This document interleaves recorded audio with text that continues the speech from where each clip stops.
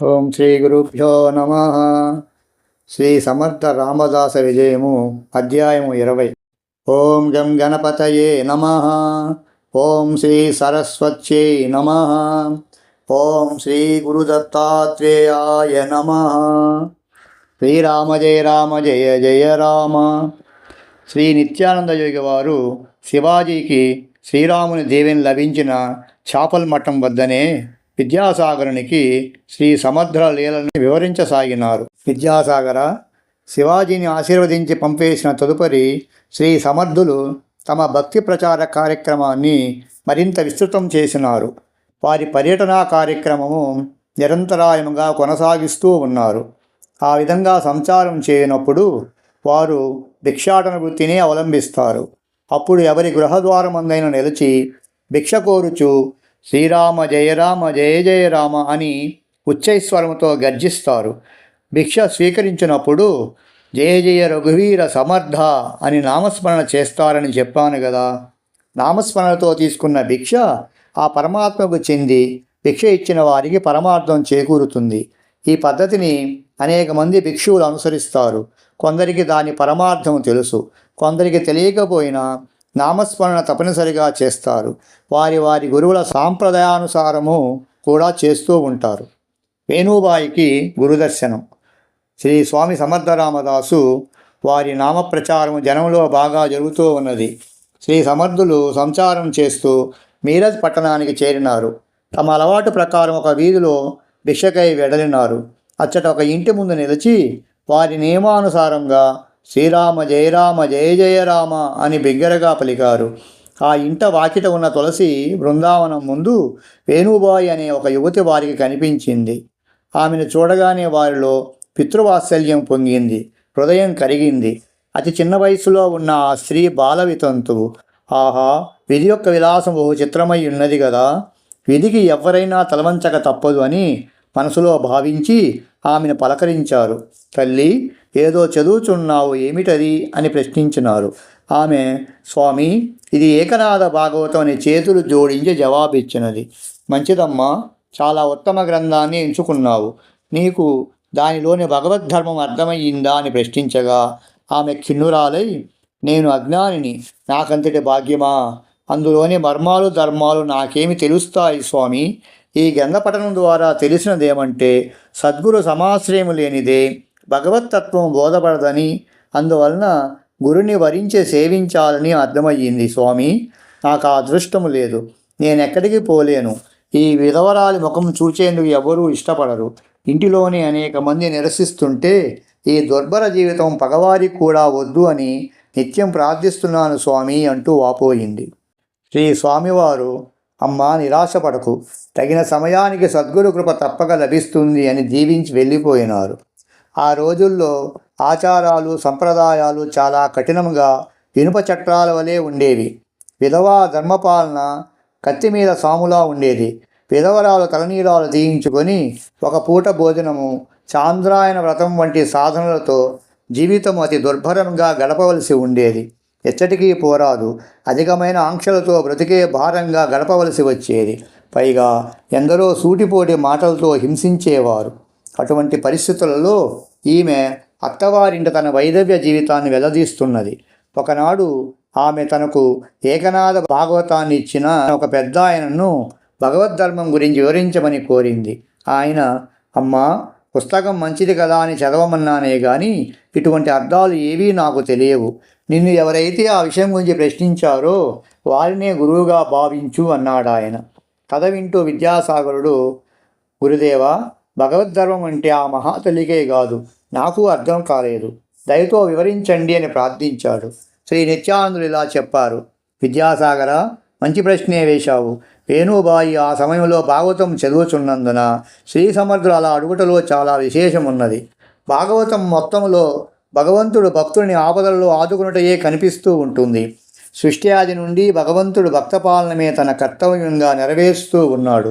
భాగవతం చదివేవారు భక్తిని పెంపొందించుకోవాలి, భగవంతుని శక్తిని కరుణను తెలుసుకోవాలి, ఆర్తితో ప్రార్థించాలి. అప్పుడు ఆయన తన ధర్మం ప్రకారం భక్తరక్షణ చేస్తారు. ఆ విధంగా భగవంతుడు పిలిస్తే పలుకుతాడనే నమ్మకము లేకుండా భాగవతం పారాయణ చేస్తే సంపూర్ణ ఫలితం లభించదని శ్రీ సమర్థుల వారు సూచించుటకే ఆ విధంగా ప్రశ్నించారు. ప్రహ్లాదును రక్షించుట, కలిరాజును కాపాడుట, భూదేవిని రక్షించి ఉద్ధరించుట, ధ్రువునికి ప్రత్యక్షమవుట, అంబరీషునికి దుర్వాసుడిచ్చిన శాపములను నారాయణుడు తాను భరించుట, రావణ కుంభకర్ణులను సంహరించుట, కంసుని వధించుట మొదలగు దుష్టశిక్షణ శిష్టరక్షణయే భాగవతములోనున్న వృత్తాంతము. ఇక వేణుబాయి విషయం విను. విద్యాసాగర, అప్పటి నుంచి ఆమె శ్రీ సమర్థుల వారిని గురువుగా భావించి మనసా వాచా కర్మణ ఆరాధిస్తూ ఉంది. ఆయన దర్శనం మరలా తనకు దొరకునేమోనని వారి కొరకు నిత్యము నిరీక్షిస్తూ వారిని స్మరిస్తూ ఎదురు చూస్తుంది. అలా వేచి ఉండడము అది తన సద్గురువైన శ్రీ సమర్థుల కొరకు. ఆ నిరీక్షణ ఇంకా తన వలన కాదేమో అన్నట్లుంది ఆమె పరిస్థితి. ఎంత త్వరగా శ్రీ స్వామి కరుణిస్తారా అని ప్రార్థిస్తూ ఉంది. విద్యాసాగర, సర్వసమర్థులైన ఆ స్వామికి తన శిష్యురాలు నిరీక్షణ విషయం తెలియదా ఏమి? ఈ భరతమాత కన్నీరు తుడిచి భరతఖండ ప్రజల ఉద్ధరణ కోసమే కదా ఆయన అవతరించినది. ఆమె యొక్క తీవ్రమైన ప్రార్థనల స్పందనలు శ్రీ సమర్థులకు చేరుతున్నవి.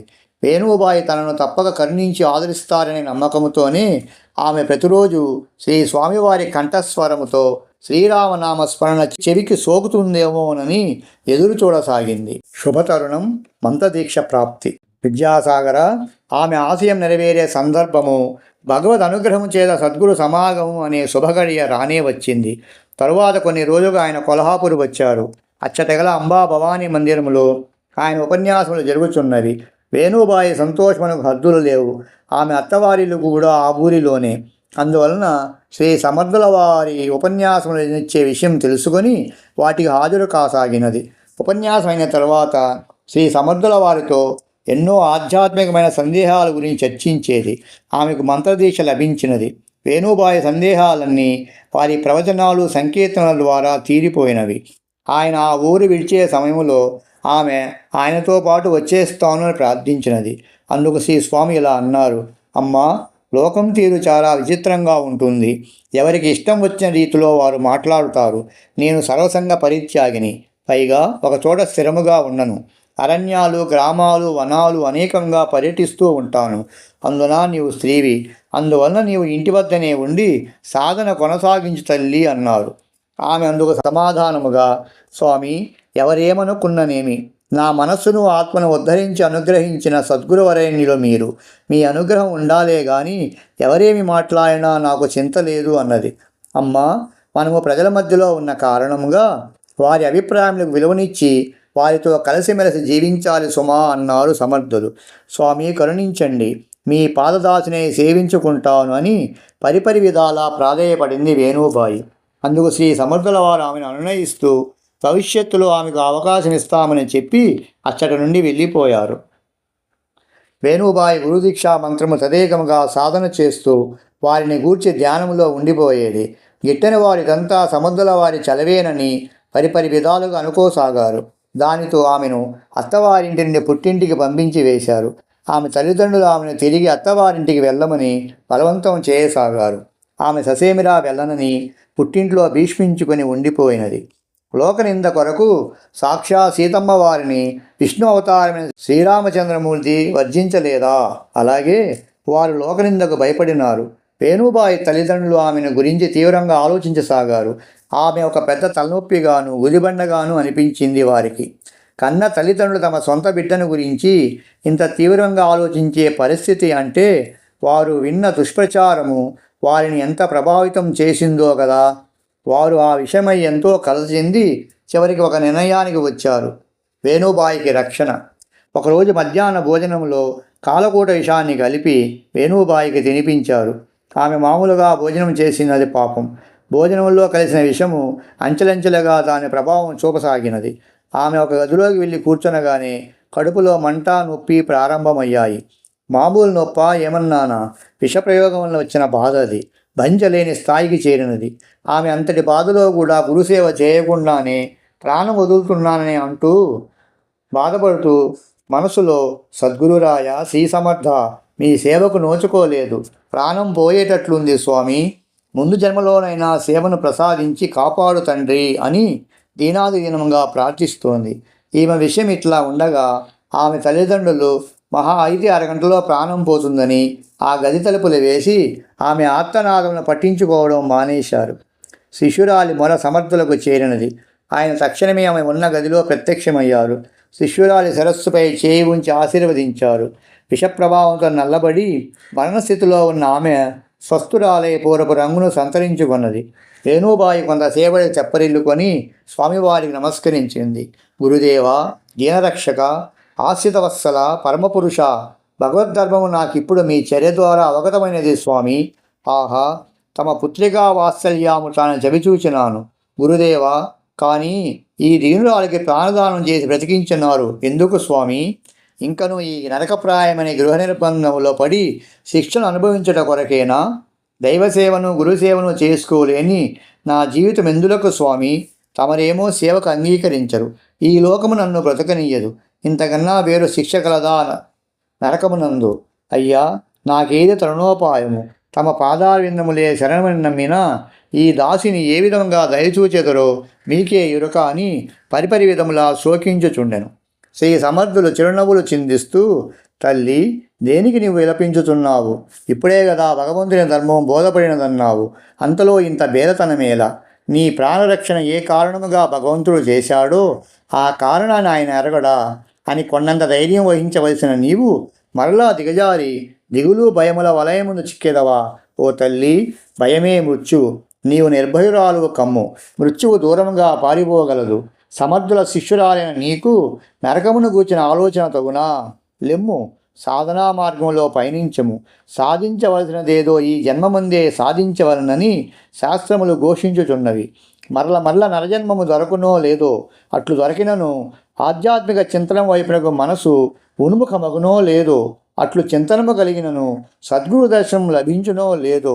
చూడు, నీకు ఎవ్వరూ తీర్చలేనటువంటి కష్టం ఒకటి వచ్చి పడింది. అదే వైధవ్యమని నీవు బాధపడుచున్నావే, అది ఆ కష్టమే రాకుంటే నీ జీవితం ఎలాగూ ఉండునో యోచించుకొనుము. నీకు ఆధ్యాత్మిక సాధన ఎందు మక్కువ ఏర్పడునా? సద్గురు దర్శనము కావాలని నీ మది తహతహపడునా? ప్రార్థన కుదురునా? సద్గురువు లభించునా?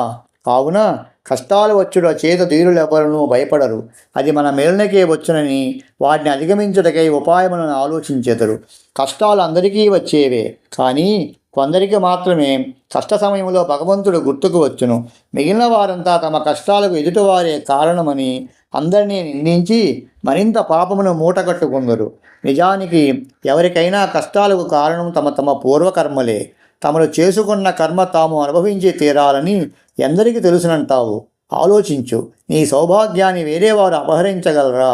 నీ విధిలో లేకుంటే, నీ కర్మ కారణం కాకుంటే దాన్ని తుడిచివేయడానికి ఎవరి వల్లనూ కాదు కదా. భగవంతుని కూడా నిందించే వీలు లేదు. జీవుల కర్మలు క్షయము కావాలంటే అనుభవించుటయే నిశ్చయముగా మార్గము. భగవంతుడు మాత్రం నీ కర్మను రద్దు చేయునా? తాపత్రయములు. తల్లి, ఆకలితో అలమటించు వానికి అన్నము తినుట ఎంత ఆనందమునిచ్చును. తాపత్రయముల బారిన పడిన వ్యక్తికి సత్సంగం వలన మాత్రమే తాప నివారణ కలిగి ఆనందము సమకూరును. ఈ తాపములు చే పీడించబడుట జీవునికి మేలే కలిగించును. కానీ ఆ విషయము అవివేకికి తెలియదు. తాపములు అనేవి 3 విధములు. ఒకటి ఆధ్యాత్మికము, ఆది భౌతికము, ఆది దైవికము అని త్రివిధ తాపములు వ్యక్తిని పీడించున్నవి. ఇవి మానవునికే గాని ఇతర ఏ జీవరాశికి కలగవు. దేహేంద్రియ వ్యాపారము వలన కలిగే సుఖ దుఃఖానుభవమును ఆధ్యాత్మిక తాపమందరు. మనస్సులో కలుగు భావనలను బట్టి కర్మేంద్రియములు, జ్ఞానేంద్రియములు ప్రేరణ పొంది ఆచరించు కర్మల ఫలానుభవం అనగా స్వయంగా చేసుకుని తానే అనుభవించి మాత్రమే తీర్చుకొనవలసిన అనుభవములు ఆధ్యాత్మికములు. ఇవి అనేక బాధల రూపముగా అనుభవమునకు వచ్చును. ఉదాహరణకు దేహములో నొప్పులు, పుండ్లు, జిల, గజ్జి, తామర, నెత్తురుగడ్డలు, మూలవ్యాధి, దేహం వాపు, వాతము ప్రకోపించి కీలనొప్పులు, విరోచనములు, వాంతులు, చెవిపోటు, కన్నుపోటు, దంతబాధ, గండమాల, జలుబు, హృదయశూల, ఉదరశూల, సర్పి, ముక్కిడి, చలి, కాక, జ్వరము, ఆకలి కాకుండుట, ఎక్కువ ఆకలి వేయుట, దప్పిక, అతినిద్ర, నిద్రలేమి, రక్తపిత్తము, మూత్రావరోధము, భయంకారణముగా జ్వరపడుట, ప్రేగులు పట్టుతప్పుట, పులితేన్పులు, కొరపోవుట, ఎక్కిళ్ళు ఆగకపోవుట, ఉబ్బసము, విషప్రయోగం ద్వారా వచ్చు వ్యాధులు, ముక్కు నుండి రక్తము పడుట, స్వయంగా వేరు కోసికొనుట, రేచీకటి, మూగ, జవుడు, కుంటిగా పుట్టుట, మెల్లకన్ను, పిల్లికన్ను, మరుగుజ్జు రూపము, కురూపము, వికృత రూపము, వికార స్వరూపముతో పుట్టుట, తొర్రి, దీర్ఘనాసిక, చట్టి ముక్కు, ఊబకాయము, దుర్బలత్వము, నత్తి, నపుంసకత్వము, కాముగుడగుట, చర్మముపై మచ్చలు, క్షయరోగము, కుష్ఠరోగము, వార్ధక్య దశలో వచ్చే వ్యాధులు, నానావిధ దుఃఖములన్నీ కలిసి ఆధ్యాత్మిక తాపములని తెలియవలను. అనగా దేహమునందే కలుగు బాధలు ఇవి వచ్చుటకు కారణములు పూర్వము తాను ఆయా రోగులను అసహించుకునడం ద్వారాను, వారిని హింసించడం ద్వారాను, దూషించడం ద్వారాను సంపాదించుకున్న పాపముల సముదాయము. ఈ విషయము సత్సంగము ద్వారా తెలిసి తోటి వారిని, రోగులను సహనదృష్టితో చూచుట, రోగులకు సేవ చేయుట, పశ్చాత్తాపం ద్వారాను విముక్తి పొందవచ్చును. 2. ఆది భౌతిక తాపము. తాపములో రెండవదైన ఆది భౌతిక తాపము గురించి ఇప్పుడు వినుము. ఏదైనా జంతువు వలన కానీ ఇతర జీవముల వలన కానీ కలుగు బాధలను ఆది భౌతిక తాపము అంటారు. తాపమంటే దుఃఖమే. దెబ్బతగిలి కాలు విరుగుట, ముళ్ళు గుచ్చుకొనుట, కత్తి దెబ్బలు, కర్ర దెబ్బలు, ఈగలు, దోమలు, జోరీగలు, తేనెటీగలు, కందిరీగలు, చీమలు, పాములు, తేళ్లు, జిర్రులు వంటివి కుట్టి బాధ పెట్టుట, పులి, సింహము, తోడేలు, పంది, కుక్క, ఖడ్గమృగము, మదపుటేనుగు వలన బాధ కలుగుట, ఆవులు, ఎద్దులు, గుర్రము, ఎలుగు, మొసలి వంటి జంతువుల వలన కలుగు బాధలు ఆదిభౌతికములు. దొంగల వలన కలుగు బాధలు, స్త్రీలకు అత్తవారింట కలుగు బాధలు, పురుషులకు చెడు స్నేహితుల వలన కలుగు బాధలు, పొలములో పంటను ఇతరులు నష్టపెట్టుట, మాంత్రికుడు, గారిడివాడు, తాంత్రికుడు మొదలగు వారి వలన కలుగు బాధలు, చెరసాల, సంకెళ్ళు పడుట, రాజదండనము, కొన్ని ప్రదేశములను నివసించుట ద్వారా అవమానము, ఆపదలు పొందుట మొదలగునవన్నీ ఆది భౌతికములు. 3. ఆది దైవిక తాపం. దైవికంగా వచ్చు ఆపదలు, నష్టములు ఆది దైవికములు అంటారు. ఇంటి కప్పులు కూలుట, పిడుగుపాటుకు చచ్చుట, వృక్షములు విరిగి మీద పడుట, కొండచేరీలు విరిగి పడుట, బావి, కోనేరు, చెరువుల్లో పడిపోవుట, నదిలో సుడిగుండమున మునిగిపోవుట, వరదల్లో చిక్కుకొనుట, చెట్టుపై నుండి పడి అవయవములు విరుగుట, వలలు, బోనులలో చిక్కుకొనుట, అగ్ని ప్రమాదంలో చిక్కుకొనుట వంటివి ఆది దైవిక తాపములు. అంతేగాక మానవుడు మదాంధుడై అనేక పాతకములు అనరించి చివరి దశలో దుఃఖపూరితమైన యమయాత్రలను అనుభవించును. శారీరక బలము, ద్రవ్యబలము, అంగబలము, రాజబలము మున్నగు వాణిని ఆధారంగా చేసుకొని అనేక అకృత్యములు అనర్చుచు, నీతి తప్పి చరించుచు, పాపాచారము చేయువానికి ఇచ్చట రాజదండనము తప్పినను యమదండనము తప్పదు. ఈ విషయమును సత్సంగము ద్వారా మాత్రమే తెలిసి విచారణ చేసుకొని తప్పు తెలుసుకొని సదాచారణకు పూనుకొన్నచో సద్గురుని సహాయం లభించును. సద్గురుని ఎదుట తప్పొప్పుకొన్నచో పశ్చాత్తాపను పొంది తిరిగి తప్పులు చేయకుండానచో సకల పాప విముక్తుడు కాగలడు. చక్కగా యోచించిన ఎడల ఎవ్వరూ కర్మానుభవమునకు భయపడరు. అనుభవించుచు దాన్ని క్షయింపజేసుకొని కర్మతత్వం ఎరిగి సత్కర్మాచరణము, నిష్కామ కర్మ విధానమును అవలంబించెదరు. వారే కర్మయోగులు అనబడెదరు అని సుదీర్ఘముగా బోధ చేయగా వేణుబాయి, స్వామి, ఇప్పుడు నా మనసెంతో తేలికైనది. ఇప్పుడు మీరే విధంగా ఉండమంటే నేను ఆ విధంగా ఉండుటకు సంసిద్ధముగా ఉన్నాను అని వారి పాదములను అంటి పలుకగా శ్రీ సమర్థుల తలపై చేయి పెట్టి ఆశీర్వదించి, లే, ఇప్పుడు నీవు మేలిమి బంగారము, నాతో రా అనగానే ఆమెకు అపరిమితానందమైనది. వారి ఆధ్యాత్మిక బోధనలు బయట వారికి వినిపించలేదు, కానీ చివరి మాటలు మాత్రం బయటికి వినిపించాయి. వేణుబాయి తల్లిదండ్రులు ఆమె చనిపోయిన తర్వాతే తలుపులు తీయాలనుకొని బయట ఆ గదికి తాళం వేసి ఉంచినారు. లోపల తమ కూతురు చనిపోయి ఉంటుందనుకున్న ఆ తల్లిదండ్రులకు లోపల నుండి మాటలు వినబడేసరికి ఆశ్చర్యము, భయము, ఆందోళనము, ఆవేశము, దుఃఖము, బాధ ఒక్కసారిగా కలిగినవి. తలుపులు తెరిచి చూడగా తేజోమూర్తి అయిన శ్రీ సముద్రుల పాదాల వద్ద కూర్చున్న తమ బిడ్డ కనబడేసరికి తమరు చేసిన తప్పు తెలుసుకువచ్చింది. ఆ దృశ్యాన్ని చూచి అవాక్కై కొంత తల అట్లే కొయ్యబారినారు. తేరుకొని స్వామివారి పాదములకు సాష్టాంగ నమస్కారం చేసి తమ తప్పును క్షమించమని ప్రార్థించారు. శ్రీ సమర్థులేమి మాట్లాడక వెళ్ళిపోవడానికి ఉద్యమించారు. వేణుబాయి స్వామివారిని అనుసరిస్తూ బయలుదేరినది. ఆమె తల్లిదండ్రులు శ్రీ సమర్థులతో తమ కుమార్తెను విడిచిపెట్టమని ప్రాధేయపడి అడిగారు. అందుగాను శ్రీ సమర్థులు తీవ్రమైన కంఠస్వరముతో, మీరు విషం పెట్టినప్పుడే మీ పుత్రిక చనిపోయినది, ఇప్పుడు నాతో వస్తున్న నా పుత్రిక అని సమాధానం చెప్పి బయలుదేరి వెళ్ళారు. ఆ తదుపరి ఆమె శ్రీ సముద్ర వారిని సేవించుకుంటూ ఆశ్రమంలో ఉండేది. ఆయనతో, స్వామి, ఇంకా నాకు అనుమతినివ్వండి, మీ సేవలో తరించాను, కోరదగినది ఏమీ లేదు, మరణిస్తాను అనేది. అందుకు శ్రీ సమర్థుల వారు, జనన మరణాలు భగవంతుని నిర్ణయాలు, అందువలన చనిపోవాలని ఎవరూ ఎన్నడూ కోరరాదు అని హితవు చెప్పారు. ఆమె కోరిక ప్రకారం శ్రీ స్వామివారి సేవలో తరించింది వేణుబాయి. ఒక సద్భక్తురాలు గురుసేవలో పూర్వజన్మ కర్మలన్నిటినీ పోగొట్టుకొని సద్గతిని పొందినది అని చెప్పి నిత్యానందులు జయ జయ రఘువీర సమర్థ, శ్రీరామ జయ రామ జయ జయ రామ అని నామస్మరణం చేయించారు.